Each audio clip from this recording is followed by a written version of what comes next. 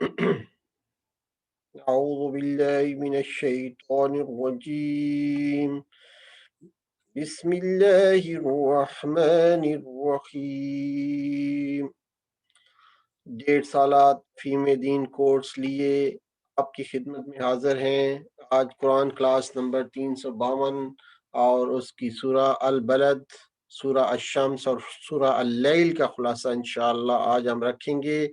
اور اگلے سیشن میں سورہ ضحیٰ، شرح اور تین اور علق دیکھی جائے گی۔ بسم اللہ الرحمن الرحیم، اعوذ باللہ من الشیطان الرجیم، بسم اللہ الرحمن الرحیم، لا اقسم بهذا البلد وانت حل بهذا البلد ووالد وما ولد لقد خلقنا الإنسان في كبد أيحسب أن لن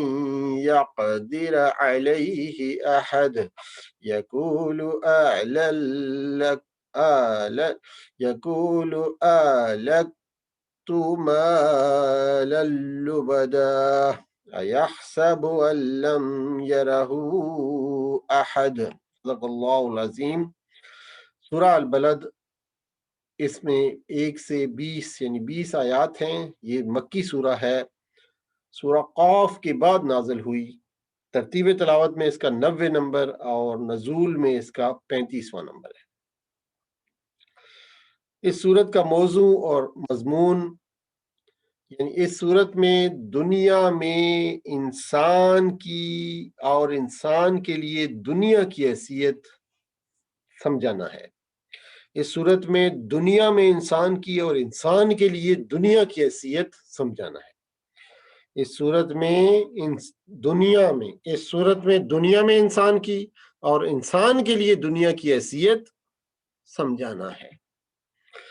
اور یہ کہ اللہ تعالیٰ نے دنیا میں انسان کے لیے سعادت اور شقاوت کے دونوں راستے کھول کر رکھ دیے ہیں،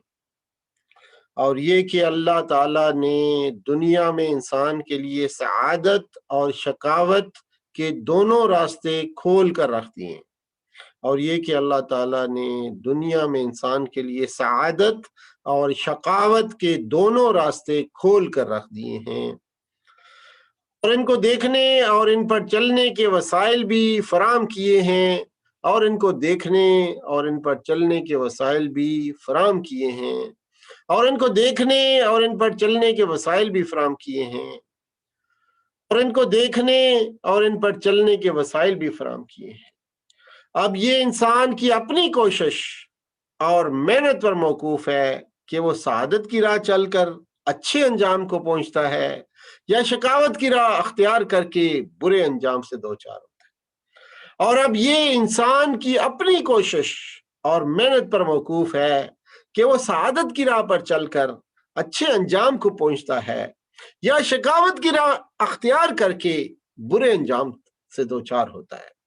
اور اب یہ انسان کی اپنی کوشش اور محنت پر موقوف ہے کہ وہ سعادت کی راہ چل کر اچھے انجام کو پہنچتا ہے یا شقاوت کی راہ اختیار کر کے برے انجام سے دوچار ہوتا ہے۔ سب سے پہلے شہر مکہ اور اس میں رسول اللہ صلی اللہ علیہ وآلہ وسلم پر گزرنے والے مصائب اور پوری اولاد آدم کی حالت کو اس حقیقت پر گواہ کی حیثیت سے پیش کیا گیا ہے۔ سب سے پہلے شہر مکہ اور اس میں رسول اللہ صلی اللہ علیہ وسلم پر گزرنے والے مصائب اور پوری اولاد آدم کی حالت کو اس حقیقت پر گواہ کی حیثیت سے پیش کیا گیا ہے۔ سب سے پہلے شہر مکہ اور اس میں رسول اللہ صلی اللہ علیہ وآلہ وسلم پر گزرنے والے مصائب اور پوری اولاد آدم کی حالت کو اس حقیقت پر گواہ کی حیثیت سے پیش کیا گیا ہے۔ کہ یہ دنیا انسان کے لیے آرام گاہ نہیں ہے، کہ یہ دنیا انسان کے لیے آرام گاہ نہیں ہے، کہ یہ دنیا انسان کے لیے آرام گاہ نہیں ہے جس میں وہ مزے اڑانے کے لیے پیدا کیا گیا ہے، جس میں وہ مزے اڑانے کے لیے پیدا کیا گیا ہے، جس میں وہ مزے اڑانے کے لیے پیدا کیا گیا ہو، بلکہ یہاں اس کی پیدائش ہی مشقت کی حالت میں ہوئی ہے، بلکہ یہاں اس کی پیدائش ہی مشقت کی حالت میں ہوئی ہے، بلکہ یہاں اس کی پیدائش ہی مشقت کی حالت میں ہوئی ہے۔ اس کے بعد انسان کی یہ غلط فہمی دور کر دی گئی ہے کہ یہاں بس وہی ہے اور اوپر کوئی بالا تر طاقت نہیں ہے جو اس کے کام کی نگرانی کرنے والی اور اس پر مواخذہ کرنے والی ہو۔ اس کے بعد انسان کی یہ غلط فہمی دور کر دی گئی ہے کہ یہاں بس وہی ہے،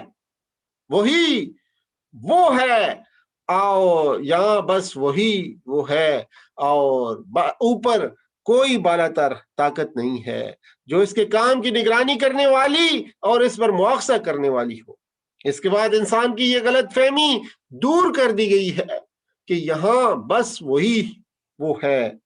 اور اوپر کوئی بالا تر طاقت نہیں ہے جو اس کے کام کی نگرانی کرنے والی اور اس پر مواخذہ کرنے والی ہو۔